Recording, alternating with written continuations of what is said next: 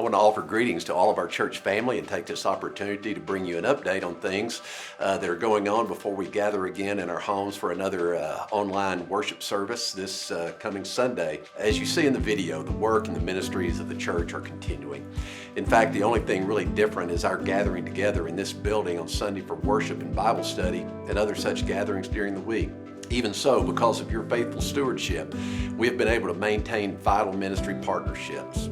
So much of our weekday ministry and our identity as a church is to the least of these among us and the food insecurities they face. As you have probably seen and heard, these needs and numbers have only increased in the midst of this pandemic. Never before in our history has the church had to consider how to maintain its mission and ministries in the absence of a collection offering during our times of gathering.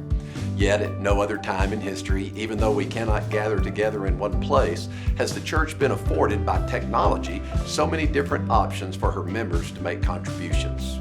While many of you have long taken advantage of systematic giving online, this last week saw many more taking advantage of these various options found on our website and through our app. A great many continue to mail in their tithes and gifts, while others have come through the Horseshoe Drive to drop off their offerings.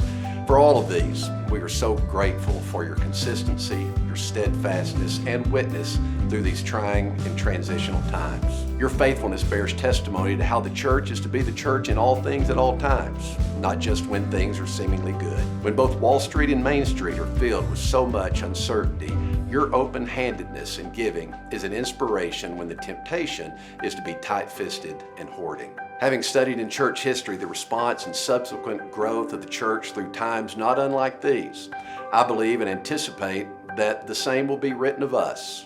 We will not fumble the ball. I truly believe God will use these circumstances to awaken the hearts of men and resurrect the role of the church once again as a source of inspiration, guidance, comfort, and gathering. That doesn't just happen. It's accomplished by the prayers and the committed actions of God's people. We are a praying people.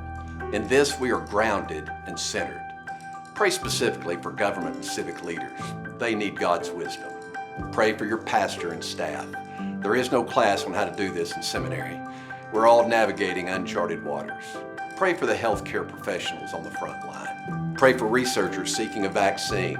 Pray for your friends and neighbors facing unemployment and those that have no relationship with Christ, that have no faith to hold and sustain them during times such as this. You may find that in these circumstances they are more open and even curious about the faith that gives you so much certainty in times of uncertainty. Each of our staff are exhausting the means of technology available to stay connected with our people in ways that are formative and encouraging. Liking our First Baptist Church Lubbock Facebook page and visiting our website, firstlubbock.org, will keep you connected and help you discover all the resources we are seeking to put in front of you until we gather again. If you have not already, I encourage you to sign up for my daily devotional found at bobbydagnall.wordpress.com.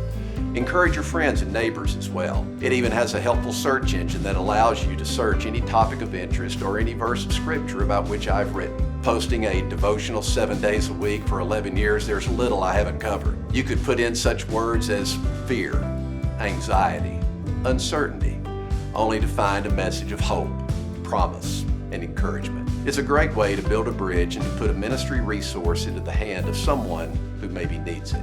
So church, be steadfast, consistent, faithful. You are the church, and the world is watching. Until we gather again together, we will gather together Sunday in our homes. You will see me, and how I wish I could see you. In such times, I can't help but think of the ancient Mizpah blessing. May the Lord keep watch between me and thee while we are apart from one another. I love you. God bless you.